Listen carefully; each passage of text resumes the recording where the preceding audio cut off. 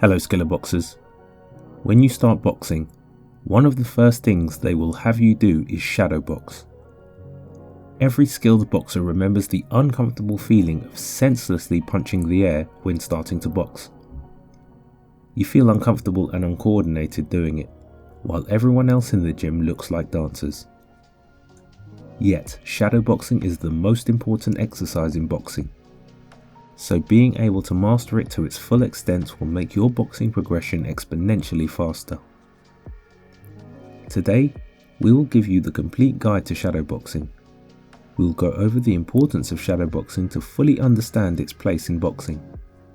Then we will review the non-negotiable rules you have to follow when shadow boxing, and all the different purposes and scenarios for shadow boxing. By the end, we will also give you a free shadow boxing workout so you can put into practice all the theory you will learn today. Importance of shadow boxing.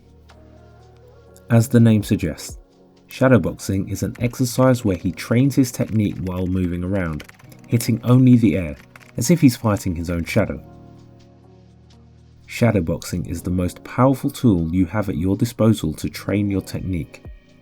And the reason is very simple. It is the purest form of boxing. That's how you learn your fundamentals. That's how you learn your fundamentals of defense, offense, and your footwork, balance. It's getting in that ring, working on things, man. Working on that jab, working on head movement, whatever. Working on this, working on inside fighting, working on different scenarios that are going to happen in a fight. You do it when you're shadow boxing. When we work on the heavy bag or the pads, technique is often distorted or dependent on another variable. On the pads, you are led through the motions, which restricts your proactive thinking. On the bag, you deal with the static weight of the bag, which can hide your mistakes or create bad habits.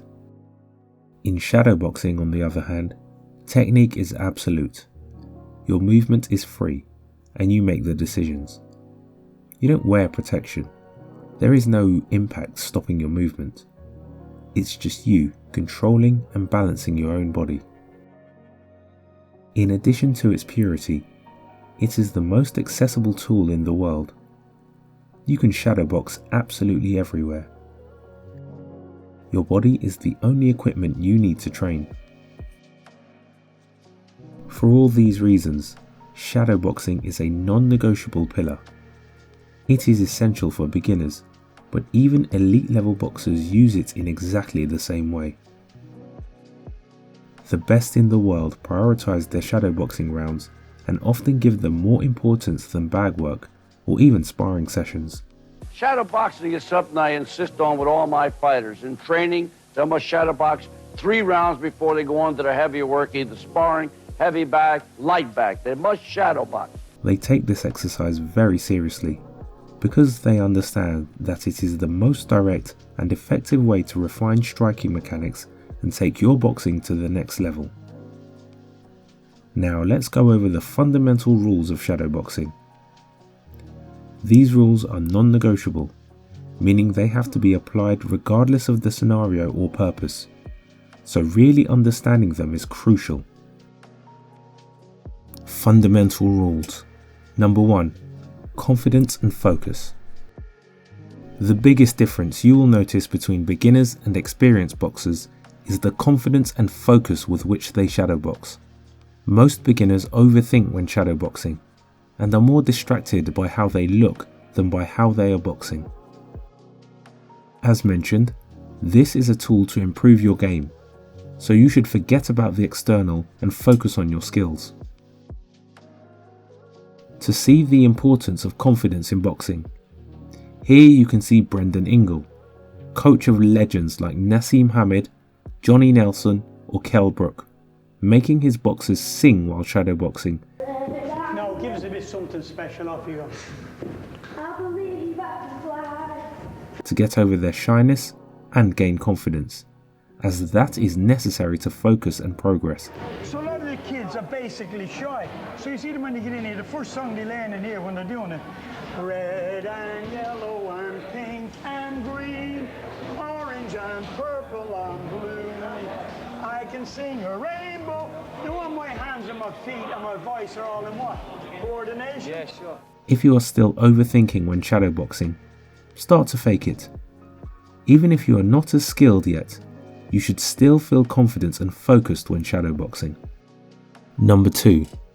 Internalise Fundamentals. The next key tip is to focus on the fundamentals. It's undeniable that shadowboxing is an excellent laboratory to try and learn new techniques, but it would be a big mistake to limit it to that. Many boxers fall into the trap of only using shadowboxing when they want to add something new, forgetting what matters most. The real potential of this tool lies in continuous and repetitive work on the basics. You should always maintain a shadowboxing routine focused on reviewing the essentials. Shadow box. 45 minutes. Slow. Go through the motion. Make sure everything is precise.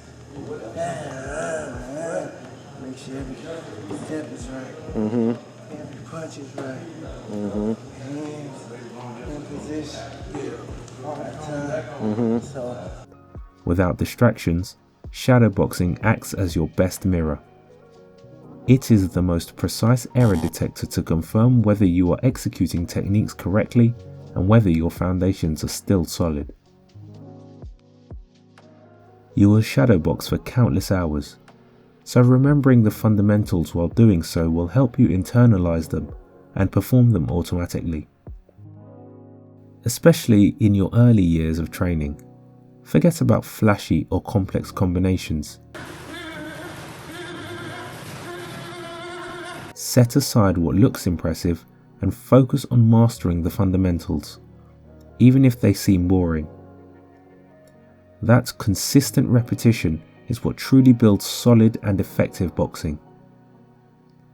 Some key fundamentals to focus on are keeping your chin down, eyes up, exhaling when punching, maintaining correct weight distribution, and keeping proper foot distance without crossing your legs.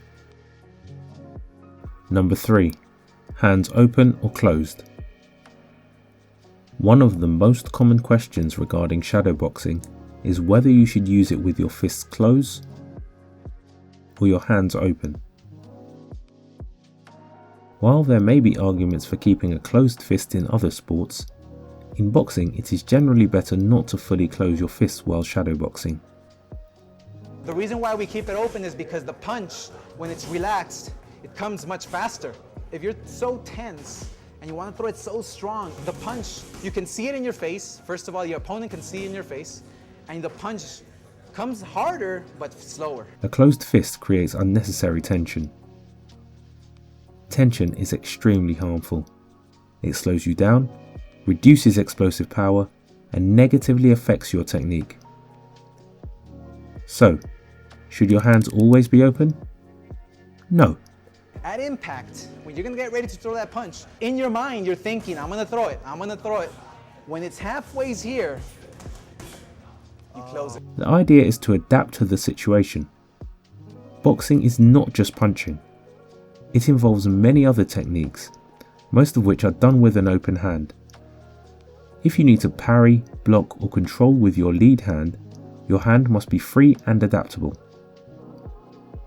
When punching, the idea is to stay relaxed and only close your fist at the very last moment, especially when throwing a powerful shot. The main principle here is relaxation. Shadowboxing is the perfect time to eliminate the bad habit of punching with tension. Number 4. Use all elements. Lastly, don't just move your hands. You have to use all elements. A common mistake is to just punch when shadowboxing. The most technical boxers shadowbox incorporating every single skill used in a fight. Starting with footwork, don't just stay in one place. As in a fight, you will move around the ring. Legs, baby. Gotta have legs in boxing.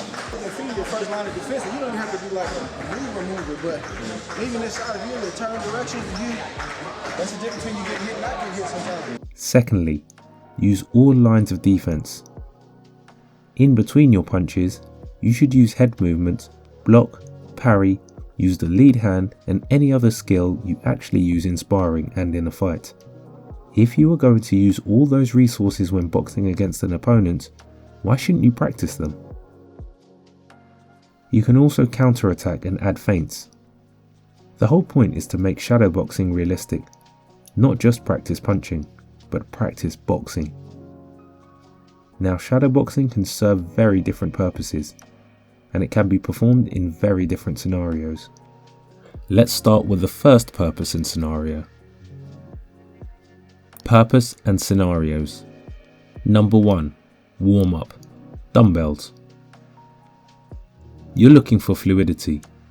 You want to warm up your muscles, move smoothly, and even relax a bit. You shouldn't push yourself out of your comfort zone during a warm-up. It is great to loosen up your shoulders and slowly get into a fight state. Shadowboxing is usually the best warm-up before sparring, as you can get into the same mindset or flow you will use in your sparring session or before a fight. You can also use small weighted dumbbells in your warm-up. You will often see boxers use them for different purposes. The first reason is that the weights create resistance, strengthening your muscles, especially your shoulders. This helps condition your shoulders so they don't tire during training and you don't drop your hands. Is there a right and a wrong way to do it? Because some schools of thought is that for the joints and the... Well, the thing is, you don't want to, when you're using these devices, you don't want to overextend on your punches and hyperextend anything. So you want to keep your game short and tight and quick. Alternatively, you will also see boxers use elastic bands for the same reason, to create resistance and strengthen muscles. Secondly, shadowboxing with weights creates the light hand effect. After training with weights, removing them makes the hands feel significantly lighter and faster, improving the perception of speed.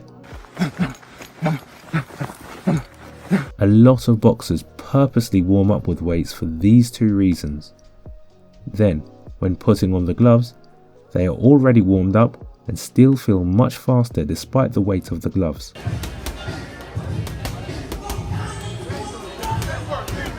Number 2. Correct mistakes. Mirror. The 6th point, and perhaps what determines whether you stagnate or truly improve, is feedback. If overthinking when shadowboxing is a problem, being overconfident and thinking your technique is flawless is also a problem. The biggest danger is thinking you're doing everything perfectly. From the inside, it may feel like your jab is flawless, but when you see yourself from the outside, you will always find things to improve. This is where a crucial concept comes in: deliberate practice. Repetition only works if you have a feedback loop. If you repeat a technical mistake 1,000 times without correction, you're not improving, you're reinforcing that mistake.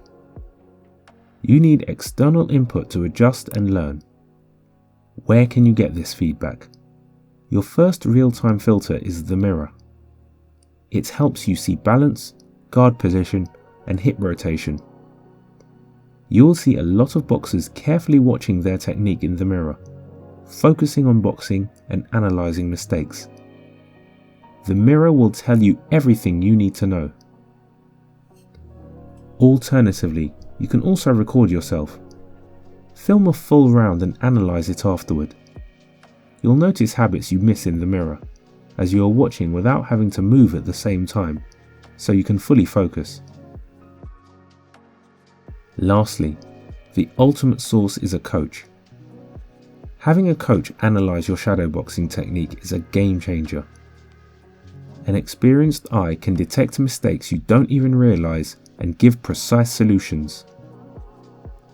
If you're a beginner, external advice is essential to build strong foundations.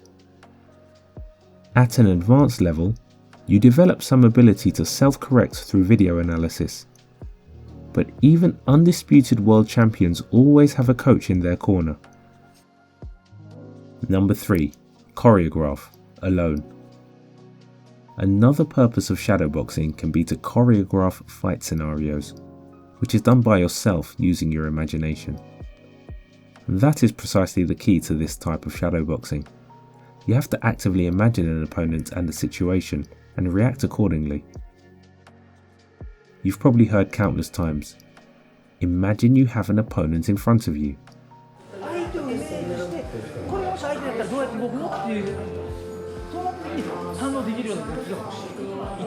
In practice, this means your shadowboxing must be as realistic as possible. To truly improve your boxing, you need to replicate as accurately as possible the situations and intensity you'll face in a fight. And the best way to achieve this is through active visualization. You must literally see an opponent in front of you. Sucker, you ain't nothing. Sucker, look at you. You out, sucker. If you launch an attack, assume there will be a response. You need to move your head, block, step laterally, slip, and counterattack. Your mind must work at the same speed as your body, simulating a real fight where every action has a consequence.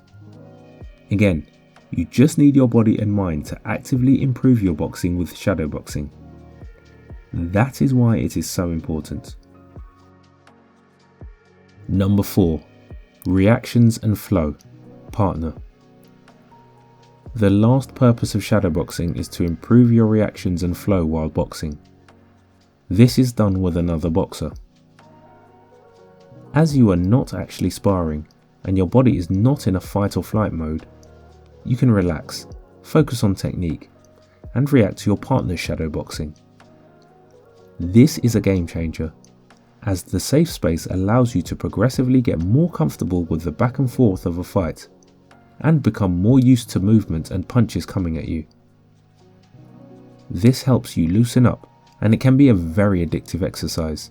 No contact, just right there. You will see boxers enjoying themselves, using it as a game, while testing their competitive spirit in a low-pressure situation. Now that you have seen the importance of shadowboxing, its basic fundamentals, and the different purposes for shadowboxing, let's see the best way to internalize all these concepts. Shadowboxing workout. This is where structure becomes key. One of the biggest problems with shadowboxing, especially if you are training alone, is not knowing exactly what to focus on. You either end up repeating the same movements, or you lose intention behind what you're doing. That's where our system inside the Skillr Boxing app can help. The way it works is very simple. The app gives you commands, punches, defensive actions, movements or situations, and you react to them in real time while shadowboxing. This directly connects with everything we've talked about in this video. You are forced to stay focused, instead of overthinking or getting distracted. You constantly go back to the fundamentals, as every command requires clean execution. We specifically designed it so you naturally use all elements: footwork, defense, combinations. And in the open commands section, you develop visualization. All the workouts in the app can be done on the bag, with a partner, or shadowboxing. There are technique-specific workouts, boxer-based workouts, combination drills, and open commands. But for this video, we've designed the workouts of the week specifically as an introduction to shadowboxing, and more importantly, to train the most important aspect of it: visualization. This workout is based on open commands. That means you are not just following fixed combinations. You are shadowboxing freely, while the app gives you situations to react to. For example, you might hear, "Bait your opponent into a counter," or "Set up a shot to the liver." And now, Instead of just throwing punches into the air, you're forced to imagine an opponent, a position, and a tactical decision. You can try this workout for free with a 7-day free trial on the Skillr Boxing app. And if you enjoyed the video, you can find more on our channel. And to your left, we have chosen a video that we thought you may like.